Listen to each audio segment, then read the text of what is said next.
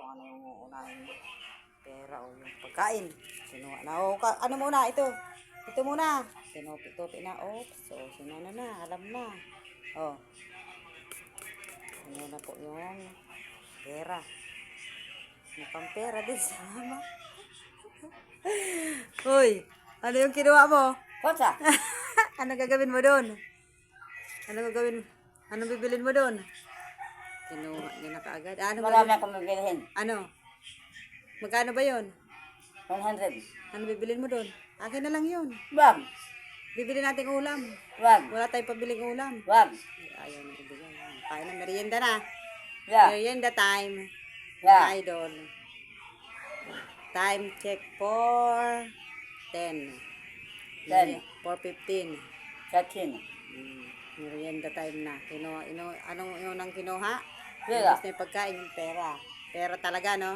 Yeah. Mukhang pera si mama. Ma, mukha ka daw pera. Hindi. Kitang-kitang ebidensya. Kinuha yung pera. Akin na. Wag.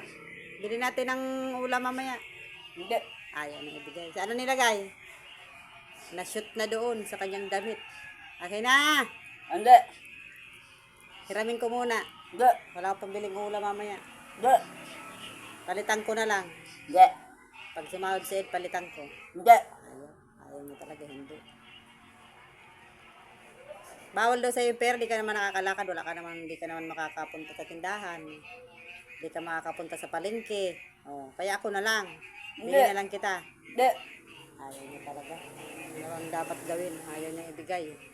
Bye-bye. Thank you for watching. I love you. All in all. All in all. Mua-mua. Mama.